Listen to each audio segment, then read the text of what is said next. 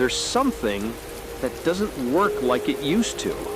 You know it, I know it, we all know it, even though we don't always have the courage to say it out loud. Relationships break faster than they take to build. And it's not that everything was perfect before, but there was something different. There was something that held together what now crumbles with an unanswered message, with an argument over nothing, with the silence that grows between two people who swore they'd never let go. Maybe the problem started when we confused connection with comfort, when we stopped looking for someone who complimented us and started looking for someone who entertained us. Because let's be honest, we live in the age of distraction. Everything competes for our attention. Notifications, shows, stories that disappear in 24 hours, people who seem more interesting behind a screen than when you have them in front of you. And in the middle of all that noise, we forgot what it really means to be present. Being present isn't just being there physically, it's listening without thinking about what you're going to respond. It's looking without checking your phone every 5 minutes. It's feeling without being afraid of what that feeling implies. But we've lost that ability. We've become experts at being halfway everywhere. Halfway at work, halfway with our friends, halfway with the person sleeping next to us. And then there's the issue of options. Too many options. Before, you met someone in your neighborhood, at your university, at work. The circle was limited, and maybe that forced us to try harder, to see beyond the flaws, to build something with what we had. Now, with a swipe of the finger, there are thousands of people available, thousands of faces, thousands of clever bios, thousands of possibilities that make us believe there's always someone better waiting. But here's the deception. There is no perfect person. There never was. All those people on the apps also have their wounds, their insecurities, their bad days. They also wake up with bad breath and say things they shouldn't say. But when everything is disposable, when you can move on to the next option without consequences, why stay to solve the problems? I wonder if we've forgotten that loving is also choosing. Choosing every day, even when it's not easy, especially when it's not easy. Because love isn't that initial spark you feel when someone new looks at you a certain way. That's attraction, chemistry, adrenaline. Real love is what remains when that adrenaline fades. It's the decision to stay when your partner is going through their worst moment and can't give you anything in return. It's forgiving not because you forget, but because you understand that you're both learning to be better. But of course that requires patience, and patience is a luxury we no longer afford. Everything has to be immediate. Fast food, one-day deliveries, instant messages. We want results without process, love without work, intimacy without vulnerability. And when we discover that relationships don't work that way, we get disappointed. We blame the other person. We blame technology. We blame modern times, but we rarely look in the mirror and ask, how available am I really? How much am I really willing to give? There's a new fear that didn't exist this way before. The fear of missing out. FOMO, they call it. Fear that while you're committed to someone, real life is happening somewhere else. That your single friends are living adventures while you're spending Saturday on the couch watching a movie you've both already seen. And maybe, just maybe, that person you could have been completely happy with is out there, and you're missing them by staying with who you already have. This fear eats away at us. It makes us indecisive. It makes us keep one foot inside and one foot outside the relationship. Never fully committed, never fully free. Living in an emotional limbo that doesn't do anyone any good. And the other person feels it. They always feel it. Because no matter how much you try to hide it, when your heart isn't fully given, it shows in the small details. And how you stop planning the future together. And how your answers become vague. And how you avoid important conversations. Then there's the matter of independence. And don't get me wrong, independence is beautiful. It's necessary. Each person should have their own space, their own dreams, their own identity outside the relationship. But at some point, we crossed a line. We went from healthy independence to self-sufficiency that leaves no room for anyone else. We convinced ourselves that needing someone is a sign of weakness, that asking for help is failing, that showing vulnerability is giving the other person too much power. So we build walls, high, thick, impenetrable. And when someone tries to get close, we get scared, because letting someone in means risking getting hurt. It means trusting them with parts of you that no one else has seen. And after everything we've been through, after all the times we've trusted and been disappointed, it's easier to just not do it.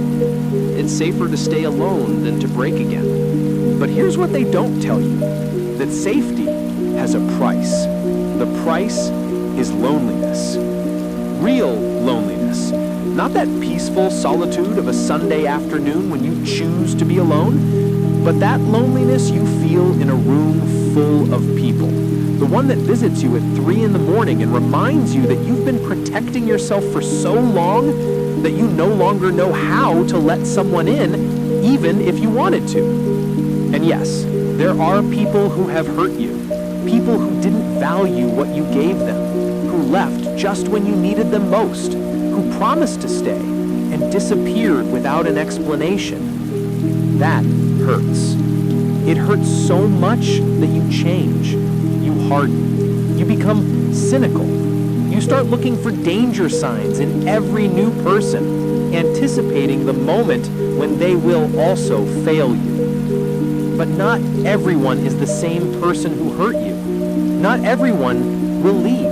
Not everyone is afraid of what you feel. There are people out there who are also tired of superficial connections, who also want something real, something that lasts, something that doesn't fall apart at the first obstacle. But you have to be willing to take the risk. You have to be willing to lower those walls, even if it terrifies you. And I know it's not easy. I know that every time you open up, you're taking a leap into the void, hoping someone will catch you. And sometimes they don't. Sometimes they let you fall. And you have to pick yourself up, dust yourself off, and decide if you're willing to try again. Because that's what it's about having the courage to keep trying even when everything tells you it's not worth it. We've also stopped learning how to fight well. Yes, fight. Because conflicts are inevitable. Two different people with different histories, different wounds, different ways of seeing the world are going to collide. That's normal. What's not normal is how we handle those collisions. Before, couples fought and then made up. There were difficult conversations, raised voices, slammed doors. But then came reconciliation, apologies, the effort to understand the other person's point of view. Now, at the first sign of conflict, we run. We ghost people. We block them. We decide it's not worth the effort and move on to the next person. Because there's always someone else, right? Someone who won't challenge us. Someone who won't make us confront our own flaws. Someone easier. But here's the problem. That easy person doesn't exist. Or if they do, the relationship will be so superficial that it won't satisfy you either. Because deep down, what we all want is someone who sees us completely. Our light and our darkness, our strengths and our weaknesses. Someone who sees all of that and still chooses to stay. We've also lost the ability to be bored together. And I know that sounds strange, but it's important. Real intimacy isn't just found in romantic dinners or weekend getaways. It's in those mundane moments, in grocery shopping together, in sitting in silence, doing nothing in particular, in watching them brush their teeth and thinking, yeah, this is what I want. But we've been sold a fantasy. Movies, songs, social media all show us the highlight reel. The passionate kisses in the rain, the grand romantic gestures, the perfect moments. And we think that's what love should always be, a constant high. And when real life doesn't match that fantasy, we assume something is wrong. We assume we're with the wrong person. We assume love has died. But love isn't always fireworks. Sometimes love is quiet. It's a cup of coffee made just the way you like it. It's them remembering that small thing you mentioned weeks ago. It's staying home taking care of you when you're sick instead of going out with friends. It's all those little things that don't look impressive on Instagram, but that build a life together. And we can't ignore the role of trauma. We're all carrying baggage. Wounds from our childhood, from past relationships, from betrayals, from abandonments. And we bring all of that into our new relationships without even realizing it. We project our fears onto innocent people. We punish them for crimes they didn't commit. We sabotage good things because deep down, we don't believe we deserve them. Healing takes time. It takes work, it takes therapy, introspection, honesty with ourselves. But we don't want to do that work. It's easier to jump from relationship to relationship, hoping that the next person will magically fix everything that's broken inside us. But no one can do that. No one can heal your wounds but you. And until you do that work, you'll keep repeating the same patterns, attracting the same type of people, having the same problems. There's also something about vulnerability that we need to talk about. True vulnerability. Not the performative kind you see on social media, where people share their struggles in a perfectly curated post with a beautiful photo. I'm talking about real vulnerability. Admitting when you're wrong. Saying, I'm scared when you're scared. Asking, are we okay when something feels off? Saying, I need you when you need them. That kind of vulnerability is terrifying because it strips away all your defenses. It shows the other person where you're soft, where you can be hurt.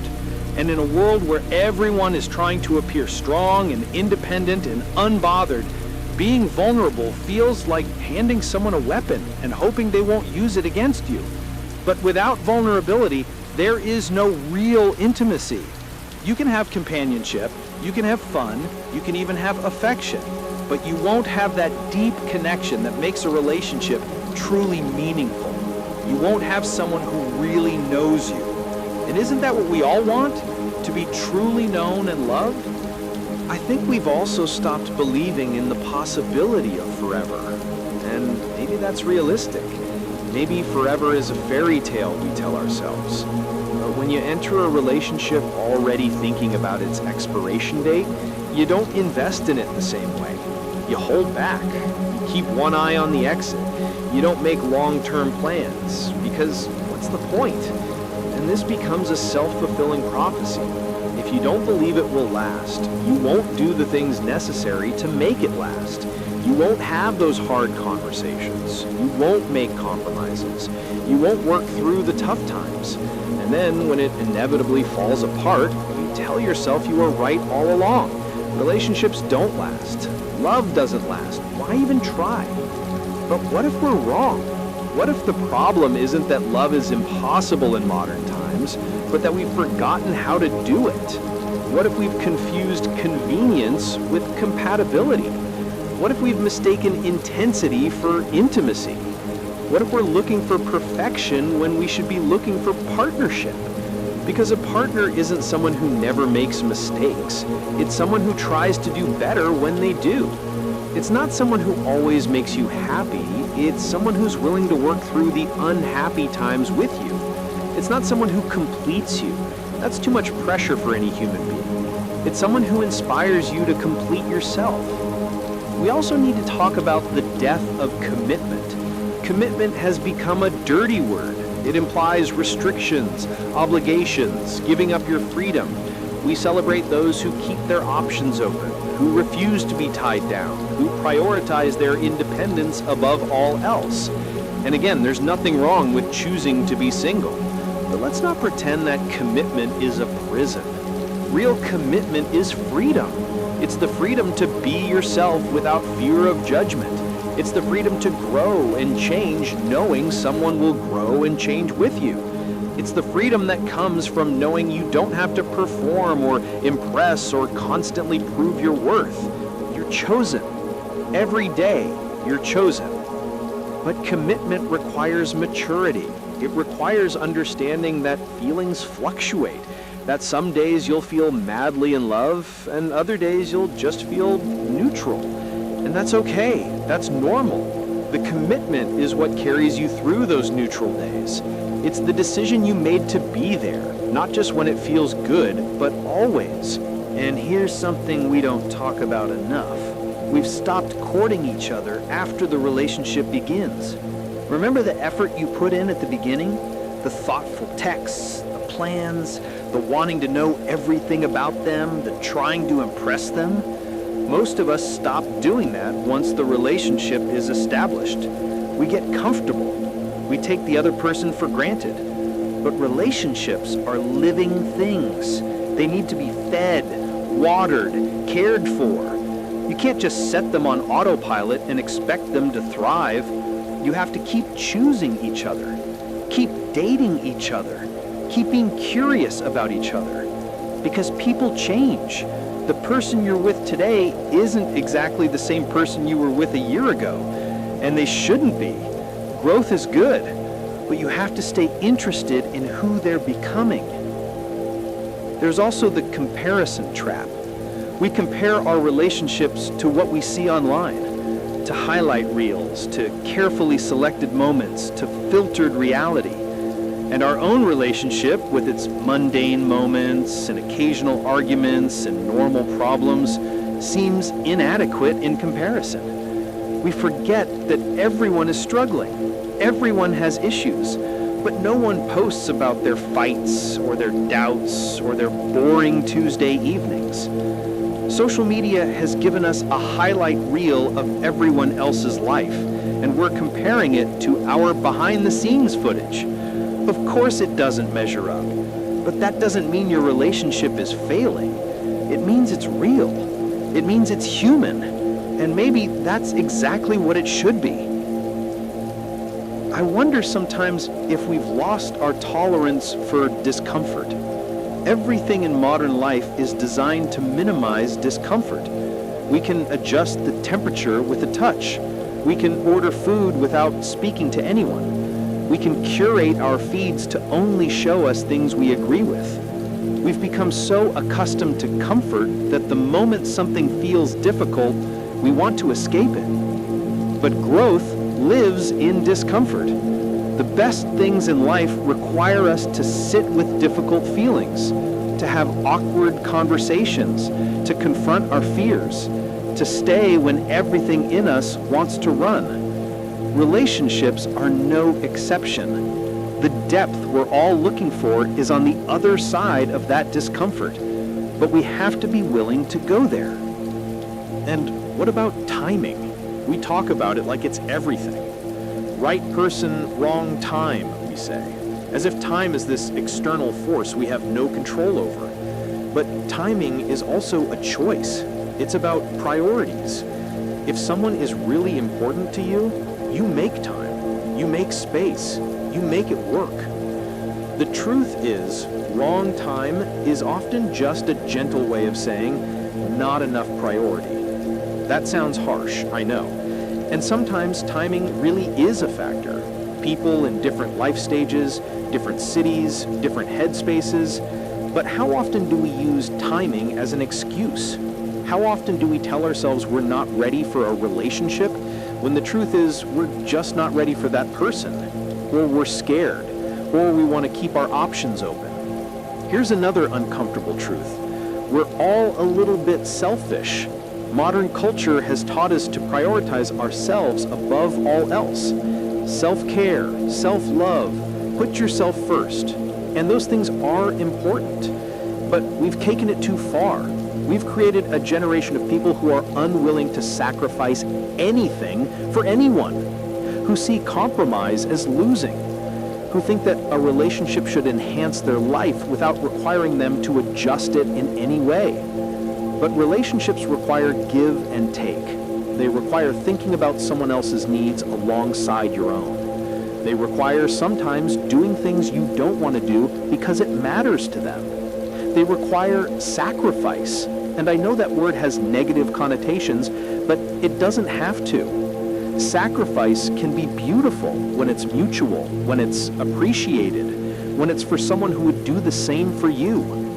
We've also stopped fighting for things. We live in a disposable culture.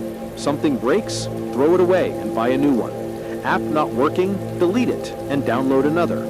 Person not meeting your expectations, move on to the next. But relationships aren't products.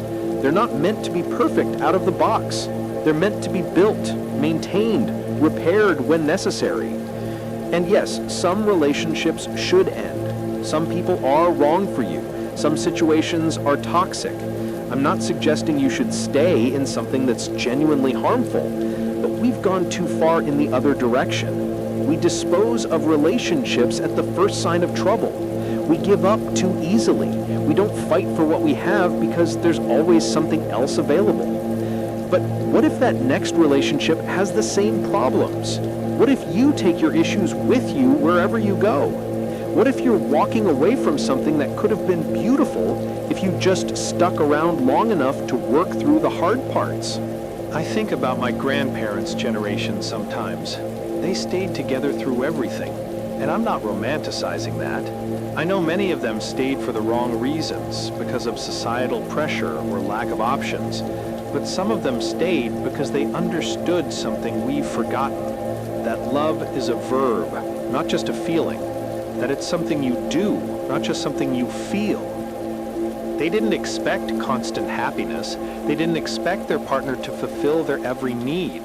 They had realistic expectations and a willingness to work through problems. And maybe we could learn something from that, even as we reject the parts of their model that weren't healthy. What would happen if we approached relationships differently? If we stopped looking for the perfect person and started looking for someone willing to build something imperfect but real? If we stopped expecting constant excitement and learned to find joy in stability? If we stopped running at the first sign of conflict and learned how to work through it? What if we were honest about our fears and our wounds instead of pretending to be fine? What if we asked for what we needed instead of expecting people to read our minds? What if we gave people the benefit of the doubt instead of assuming the worst? What if we appreciated what we have instead of always wondering if there's something better out there? Maybe relationships would still be hard. They probably would be, because they're supposed to be. Anything worthwhile is hard. But maybe they would also be more fulfilling. Maybe they would last longer.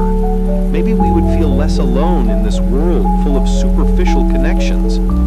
Because at the end of the day, that's what we're all looking for, isn't it? To feel less alone, to be seen, to be known, to matter to someone, to have someone who chooses us, not just once, but over and over again. Someone who sees our flaws and loves us anyway. Someone who will stay when things get hard because they know we're worth the effort. And maybe you're listening to this thinking it's too late for you, that you've made too many mistakes, burned too many bridges, hurt too many people, or been hurt too much yourself, that you're too damaged, too old, too set in your ways. But here's the thing about humans. We're remarkably resilient. We're capable of change, of growth, of learning from our mistakes.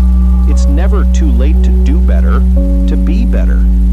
It starts with you, with looking at your patterns honestly, with taking responsibility for your part in past failures, with doing the work to heal your wounds instead of inflicting them on others, with being brave enough to try again even when you're scared, with choosing vulnerability over self-protection, with believing that real connection is possible even in this modern world that seems designed to prevent it. Because here's what I believe, even on the hardest days, love is still possible. Real, deep, lasting love. Not the fairy tale version we've been sold, but something better, something real. Love that sees all of you and stays.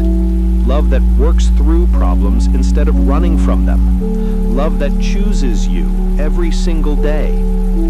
But we have to be willing to do our part, to show up fully, to communicate honestly, to be patient with each other and with ourselves, to remember that the person across from us is human too, flawed, scared, trying their best, to give each other grace, to choose each other even when it's hard, especially when it's hard. Maybe the question isn't why relationships don't last anymore. Maybe the question is, what are we willing to do to make them last? What are we willing to sacrifice? What are we willing to work through? How much discomfort are we willing to sit with? How much vulnerability are we willing to risk?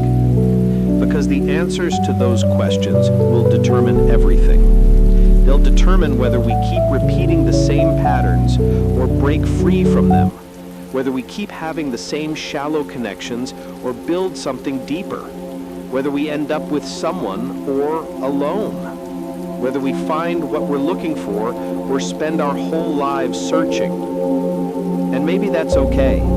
Maybe we're all just figuring it out as we go, making mistakes, learning lessons, trying again. Maybe there's no perfect answer, no magic solution. Maybe it's just about continuing to try, continuing to hope, continuing to believe that somewhere out there, someone is looking for the same thing you are. Someone who is willing to do the work. Someone who won't give up when things get hard. Someone who sees forever as a possibility, not a prison. So if you're out there, still believing, still trying, still hoping for something real, keep going. The world needs more people like you. People who haven't given up on love, even when love has given up on them. People who are willing to be vulnerable in a world that values armor. People who choose depth over convenience, commitment over options, real over perfect. It won't be easy. It never is. But maybe, just maybe, it'll be worth it. And maybe that's all any of us can hope for. Something worth the effort. Someone worth the risk. A love that lasts, not because it's perfect, but because both people refuse to give up on it. Because at the end of all of this, when the music fades and the night ends, what we'll remember isn't the perfect moments. It'll be the real ones. The ones where someone saw us completely and loved us anyway. Where we felt safe enough to let down our guard. Where we found someone willing to build something beautiful out of two imperfect people trying their best. And maybe that's the answer we've been looking for all along. Not perfection, not fireworks, not constant excitement, just two people who choose each other day after day through everything. Two people who understand that love is a verb, that it's work, that it's worth it. Maybe relationships don't last because we've forgotten that, but maybe we can remember. Maybe we can do better. Maybe we can choose differently. Maybe we can choose to stay.